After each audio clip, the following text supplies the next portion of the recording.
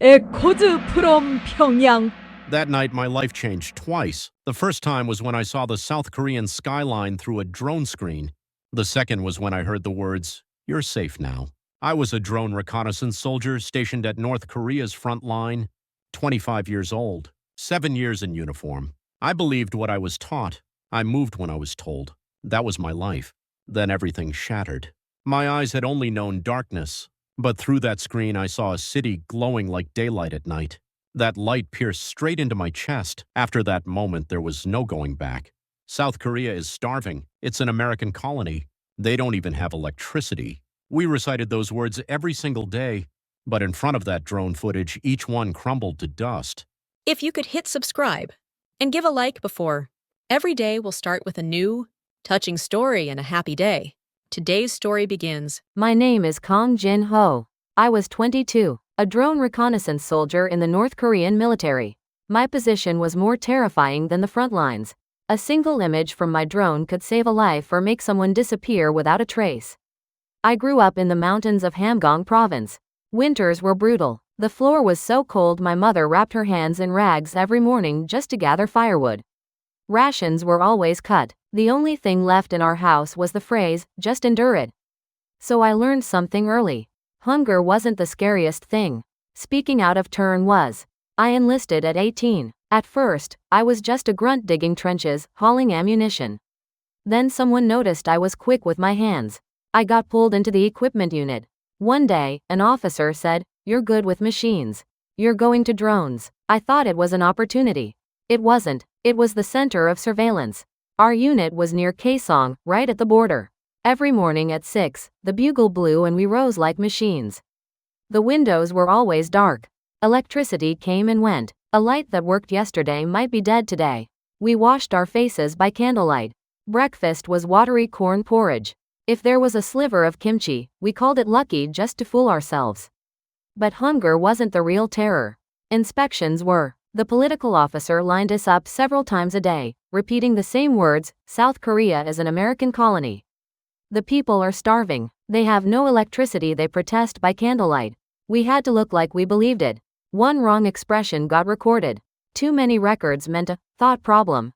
Drone duty was even more direct. Every night, I flew missions over the south and submitted footage with detailed logs, date, time, direction, findings. Every line had to be perfect. Because later, someone would read it and ask, "Why did you zoom in on that? Why did you linger on that light? Why does your report sound different?" So I trained myself. No emotion, no curiosity, don't look human. Operating a drone wasn't just about controlling my hands. I had to control my face. But one night, that control broke. It was fall, 2020. No moon. A routine mission. I sent the drone south like always. The screen lit up. At first, I thought they were stars. Tiny dots scattered across the black. I adjusted the angle out of habit. Zoomed in. My breath stopped. Those weren't stars. They were city lights. It was past 10 at night and the south glowed like midday. Apartment windows lined up in bright rows. Cars streamed endlessly down the roads. Streetlights stretched into the horizon. That image didn't match the South Korea I'd been taught. Beside me, Lee Byung-chul, we called him Chul-soo, tapped my shoulder. He was from Pyongyang, always the loudest during loyalty pledges. That night, his lips were frozen. Is that really South Korea? I couldn't answer. If I did, something inside me would shatter. And worse, I wasn't sure I was the only one hearing it crack. That night, I asked myself for the first time, was everything we learned actually true? The question fell into my chest like a small stone. And from then on, it sent ripples that never stopped. After that night, I started changing. On the surface, I did my duties. I shouted the slogans, but my eyes were different now. During night missions, I started looking at other areas on purpose. Not just the big cities, small villages, farmhouses, roads, industrial zones. I wanted to see everything I could. Nowhere was dark. One image stayed with me. A rural village. The houses looked like the ones back home in Hamgyong. But even there, lights were on. Every house glowed. The roads had street lamps. Even the greenhouses leaked light. That hit me the hardest. I'd been telling myself, maybe only the cities are wealthy. But that village destroyed even that excuse. When I zoomed in on the highways, cars kept moving. Not military vehicles, ordinary cars. An endless stream. That shocked me because in the north, cars meant privilege. We couldn't even move military trucks freely. Fuel was precious. Movement itself was monitored. But down there, cars looked like part of daily life. Someone heading home from work. Someone meeting a friend. Someone driving somewhere in the middle of the night. That movement that was freedom. Another time, I caught what looked like an amusement park. A giant Ferris wheel turning slowly. Lights blazing. I just stared. They have so much electricity they spend it on entertainment? Our base had power limits most days. But down there, they used light to make people happy. The most shocking thing? Signs that said, 24 hours. Convenience stores, open all night. In North Korea, even the markets close at sunset. Night means fear, control, survival. But in the south, night was still life buying, eating, resting, moving. I tried to memorize those images. But memory fades, so I took a risk. I started keeping records, nothing obvious, scattered, disguised as casual notes, dates, times, what I felt watching the screen. Like a diary. Chol-soo changed too. He used to shout slogans the loudest. The model soldier in front of the political officer. Then one day, he whispered, "Hung, I can't stop thinking about those lights. Even when I close my eyes, I see them."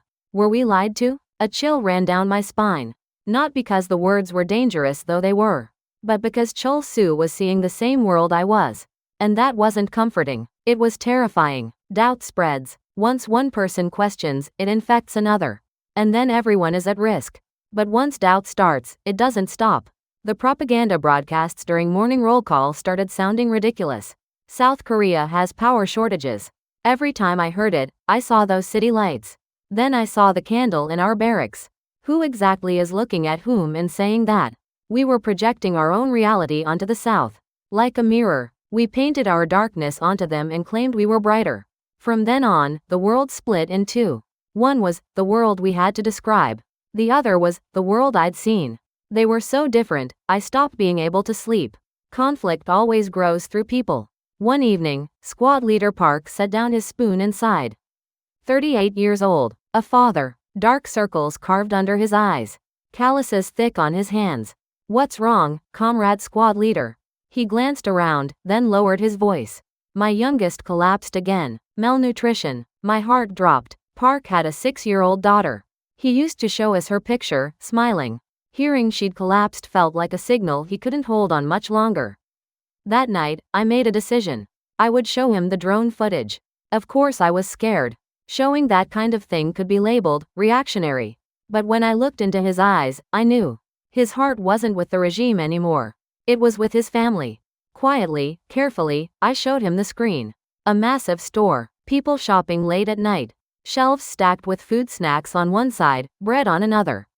Refrigerators lined with milk and meat. Park watched. His whole body trembled. "If we go there, my daughter, she could eat?" That one sentence changed all our fates. Parents break in front of their children. Ideology, belief, slogans, none of it matters when your child is hungry. A few days later, the youngest soldier, Private Kim, caught us watching the screen. I thought it was over. One report and we'd be dragged away. But he didn't run. He didn't shout. He walked closer and whispered, "Let me join." My mother collapsed at the market. The hospital has no medicine. Looking at him, I realized he wasn't a kid. This 22-year-old had already seen too much. So we became 3, then 4, with Chol-soo. Finally, communications soldier Lee approached us. He was a party member. Always cautious. That made him even more frightening. He didn't accuse us. He stood there silently for a moment, then spoke. "Comrades, your movements have been strange lately. I'm not here to report you." My heart nearly stopped. Then he continued, "I want to see it too. That footage." His eyes weren't curious. They were desperate. He said he'd secretly listened to radio broadcasts. Sometimes, through the static, South Korean programs bled through. He'd heard, "Korea is a developed nation." When we showed him our records and notes, he stared for a long time. Then he muttered, "We're the strongest country in the world? There's a limit to lies." After that night, we were 5. But becoming 5 didn't double the fear. It multiplied it tenfold. If one person wavered, it was over. If one got scared for their family, over. If one slipped after drinking, over. So we made rules. Act like strangers. Don't talk more than necessary. Stay quieter on shaky days. And never ever bring up family carelessly. But the world has a cruel sense of timing. The more we committed, the tighter things got. Inspections increased. Thought reviews multiplied. The political officer repeated the same lines at every session. There are those infected with reactionary thought. Confess now and you'll be treated leniently. Hide until the end, and face severe punishment. The more he said it, the harder our eyes became. We're out of time. That was everyone's conclusion. Resolve starts with emotion. Preparation is reality. We stopped saying, someday. We started saying, we will. The words were terrifying, but without them, we'd fall apart. One dawn, we gathered briefly, pretending it was coincidence. We turned on the faucet so the water sound would cover our voices. We can't wait anymore. Someone's going to get caught soon. Squad leader Park spoke first. His voice was low, but the urgency was clear. Lee was practical. He listed every possible risk. Whose gaze had lingered, what atmosphere had shifted, what mistakes we'd made. Chul-soo stayed silent for a long time. The guy who always talked the most just bit his lip. Later, he said, I'm scared. But what scares me more is living like this forever. That hit hard. He was right. We started preparing, but preparation always comes with gaps. No money, no connections, no information about what came next. So instead of a grand plan, we set small goals. Protect each other's resolve until the end. Don't blame whoever wavers. Take care of the weakest first. And finally arrive in the South alive. Squad leader Park struggled the most. The guilt of leaving his family first tormented him every night. How'd I tell my wife and my daughter? Whenever he said that, we repeated the same thing. If you survive, you can save them. That was comfort. It was also a promise to ourselves. Private Kim kept writing letters to his mother, then tearing them up. Writing again. Tearing again. If my mom's left alone, but if I stay, we're both finished anyway. Watching his hands shake, I thought, is this what a country looks like? That thought alone was dangerous. But my heart had already crossed a line it couldn't return from. I slipped my mother's photo into my uniform pocket. On the back, I wrote in pencil, Mom, we'll meet again. The letters were crooked, my hands were shaking, but that trembling was real. As the day approached, the base atmosphere grew sharper. Emergency assemblies, heightened security, everyone's eyes on edge. The political officer announced, defection attempts have increased recently. Hearing that, I felt something unexpected confirmation. We're not the only ones. Others in this darkness are shaking too. That night, we made our final decision. If we wait any longer, the chance disappears. Even if we're not ready, we go. There was no perfect preparation. We all knew that, but even imperfect preparation was better than staying in that darkness. We believed that. That night, the sky was bitterly cold. The wind cut like a blade. We went through the bedtime roll call with normal faces. Lay down like always, but our eyes wouldn't close. My heart pounded so loud I feared others could hear it. When the agreed time came, I rose silently. The rustle of the blanket sounded like thunder. We didn't call each other. One word and it was over. Instead, we moved as planned. One by one, through the darkness. Outside, the air was ice. Every breath stung. My exhales vanished instantly. In that moment, I understood, from here, there's no turning back. Everyone's face was pale. Squad leader Park bit his lip. Private Kim clenched his fists, swallowing constantly. Chul-soo's eyes scanned everywhere. Lee said nothing. His silence showed his resolve. Every step felt like choosing between life and death. Then light moved in the distance. We all froze. Did they see us? I prayed with everything I had. Please, please. I don't know how long passed. Even breathing felt like a luxury. Then we had to move again. Stopping meant the end. Stopping meant fear would grow and freeze our legs. We looked only forward. Looking back would shatter us. Then a sound. A voice? The wind? I couldn't tell. In that instant, we ran. Not fleeing, running to live. At some point, I stopped feeling the ground. Only wind in my ears. Only my own gasping breath. Then another light ahead. But this light wasn't the one we'd always feared. A short shout. I stopped cold, raised both hands. My knees buckled, not from exhaustion, because I could finally see the end. We're defecting. Don't shoot. My voice shook. My throat was so raw the words barely came out. Then I heard it. It's okay. Slowly. Take your time. You're safe now. That sentence was the warmest thing I'd ever heard in my life. We were taken somewhere warm. The first thing I felt was heat. In North Korea, warmth was always rationed. But this warmth felt like it didn't need anyone's permission. At the medical station, a doctor examined us. Kind, thorough. Are you hurt anywhere? Were you cold? You've been through a lot. The tone was strange to me. In the North, receiving medical care meant bowing your head. Here, the staff were comforting us. In the shower room, hot water poured out. I stood there, stunned. I put my hand under the stream. Pulled it back. Put it under again. This is real, it's real. There was soap. Something called shampoo. The towels were warm. Then the meal. White rice, heaped high. Several side dishes. Soup that smelled like meat. If you need more, just ask. At those words, Private Kim started crying into his rice. My mother, her whole life, she never had a meal like this. Before he could finish, Squad Leader Park lowered his head. His shoulders shook violently. A parent's tears are heavier than a child's. The investigation was calm. We were separated, asked the same questions in different ways, multiple times. At first, I was scared. Is this place suspicious of us too? One wrong word and it's over again? But the investigators didn't shout. They didn't humiliate us. Don't be nervous. Take your time. Say what you remember. If you're not sure, it's okay to say you're not sure. I couldn't believe it. In the North, saying, I don't know, could be a crime. I told them everything, my drone missions. The conditions, what I saw, what I felt. No exaggeration. If I wasn't certain, I said so. Lee explained the communications work. The unit atmosphere, the signs of tightening inspections. Calm and organized. After a few days, the investigators' tone softened. Your statements align well with each other. Thank you for your cooperation. Thank you. I never expected that word to hit so hard. One night, I looked out the window. City lights glowed in the distance.